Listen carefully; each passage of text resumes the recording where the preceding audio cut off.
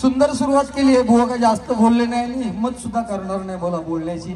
फक्त एक मुद्दा सांगितलाय बुवानी की स्वयंघोषित अध्यात्माचा भाष्य तसा ह्यो लोकबुवा सुद्धा स्वयंघोषित पहाडी आवाजाचे भाष्य असं स्वतःला संबोधून घेणारा हा लोकेबुवा आहे, लक्षात घ्या।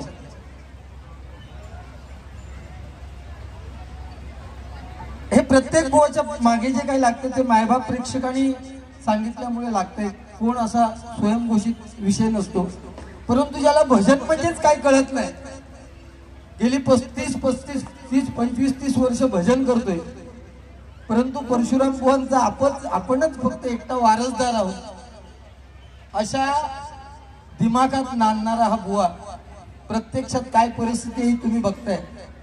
अध्यात्म म्हणजे काय तर अध्यात्म याला म्हणत नाही आपल्या अकलेचे तारे चमकवून मायबाप प्रेक्षकांसमोर लिलाव करण्यापेक्षा बुवा एक तुझ्या कर्माप्रमाणे समोरच्या बुवाची इज्जत काढण्याचं काम दिलंय परमेश्वराने, ते अगदी योग्य रीतीने तू पार पाडतोयस, म्हणून परमेश्वराचे मी आभार मानतो। कारण त्याचं कर्मच तसं आहे, या लोकेबुवाचं कर्मच तसं लिहिलेलं आहे।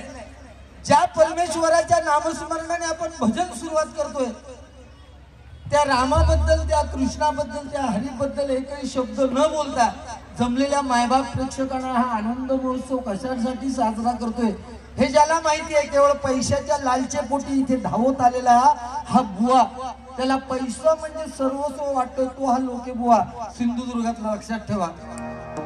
आणि तो लोकेबुवा मला सांगतो अध्यात्म म्हणजे काय। अरे अध्यात्म म्हणजे मला माहिती आहे ना की आपल्या मनावरती काम, क्रोध, लोभ, मद, मोह आणि मत्सर हे षडरिपू आहेत। हे माणसाने आपल्या शरीरात सगळे लपून ठेवून त्यावर मात करून जो माणूस जगतोय त्याला अध्यात्म म्हणतात। पण त्याचबरोबर हे सांगताना पुराणातील, रामायणातील, महाभारतातील आपल्याला दाखले द्यावे लागतात आणि त्याच्यासाठी वाचन हवावं लागतं।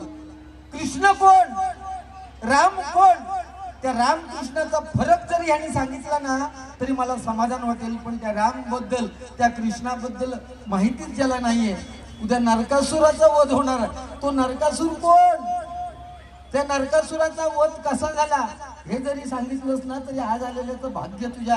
काय केवळ शायनिंग म्हणून भगवं घालायचो, परिधान करायचो, लोकांसमोर काय सांगता ऑर्केस्ट्रा लोक बुवा हो